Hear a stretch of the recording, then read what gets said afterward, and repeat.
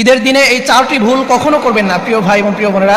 দেখা যায় রমজান মাসে আপনি ভরপুর ইবাদত করলেন, কিন্তু ঈদের দিনে ছোট ছোট কিছু ভুল যা আপনার সারা মাসের ইবাদতকে নষ্ট করে দেয় প্রিয় ভাই প্রিয় বোনেরা, অথচ আপনি জানেই না যে এই ভুলটি করলে আপনার ইবাদত নষ্ট হয়ে যাবে। এই জন্য সাবধান, কখনো এই কাজটি করবেন না। এই চারটি ভুল কখনো আপনি করবেন না, অবশ্যই আপনি সতর্ক থাকবেন, তাহলে আপনার এই সারা মাসের ইবাদত নিমিশেই নষ্ট হয়ে যাবে প্রিয় ভাই প্রিয় বোনেরা। তার মধ্যে 1 নম্বর ভুল, তাকবীর ভুলে যাওয়া। আল্লাহ রাসূল সাল্লাল্লাহু আলাইহি ওয়াসাল্লাম ঈদের দিনে বেশি বেশি তাকবীর পড়তে বলেছেন।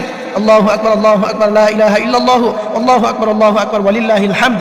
এই দোয়াটা সকলেই পড়বেন, মহিলা হলে আস্তে পড়বেন এবং পুরুষরা জোরে জোরে পড়বেন। আল্লাহ রাসূল সাল্লাল্লাহু আলাইহি ওয়াসাল্লাম বেশি বেশি ঈদের চাঁদ দেখার সাথে সাথে এই তাকবীরটা বেশি বেশি পড়তেন এবং আল্লাহ রাসূল সাল্লাল্লাহু আলাইহি ওয়াসাল্লাম সাহাবায়ে কেরামদেরকেও পড়তে বলেছেন। এই জন্য 1 নম্বর, অনেকেই দেখা যায় তাকবীর ভুলে যায়, এই জন্য এই তাকবীর কখনো ভুলে যাওয়া যাবে না। এবং দ্বিতীয় ভুল, নামাজের আগেই কিছু খাওয়া। দেখা যায় অনেকেই আছে নামাজের আগেই ভাত খেয়ে ফেলে। আল্লাহ রাসূল সাল্লাল্লাহু আলাইহি ওয়াসাল্লাম ঈদুল ফিতরে নামাজের আগে কিছু খেতেন না, শুধুমাত্র একটি খেজুর খেতেন। আপনি খেজুর খাবেন, অন্যথায় অন্য কিছু খাবেন না। যথাসম্ভব আপনি চেষ্টা করবেন যে নামাজের আগে কোনো কিছু না খাওয়ার। এটা হচ্ছে দ্বিতীয় ভুল, অনেকে দেখা যায় নামাজের আগে খেয়ে ফেলে। এই কাজটি কখনো করবেন না। আপনি সর্বোচ্চ চাইলে মিষ্টি দ্রব্য কিছু খেতে পারেন এবং খেজুর খেতে পারেন। আল্লাহ রাসূল সাল্লাল্লাহু আলাইহি ওয়াসাল্লাম খেজুর খেতেন। এবং তৃতীয় ভুল, ঈদের শুভেচ্ছা জানাতে ভুল করা। অনেকে দেখা যায় যে ঈদের শুভেচ্ছা জানাতে গায়রে মাহরাম এগুলো কোনো ভেদাভেদ করে না, তারা একজন আরেকজনের সাথে হাত মেলাতে থাকে, একজন আরেকজনের সাথে সাক্ষাৎ করতে থাকে, কোলাকুলি করতে থাকে। এবং এই কোলাকুলি করার সময়, মুআনাকা করার সময় অনেকে ভুল করে থাকে যে 3টা মুআনাকা করে। আপনি একটা করবেন, আপনি একভাবে একটা করবেন। এই জন্য এই তৃতীয় নাম্বার ভুল কখনো করবেন না। ঈদের শুভেচ্ছা জানানোর ক্ষেত্রে আপনি গায়রে মাহরাম এগুলো আপনি খেয়াল রাখবেন। এবং চতুর্থ নাম্বারে যে ভুল করে সেটা হচ্ছে গরিবদের ভুলে যায়। অনেকে আছে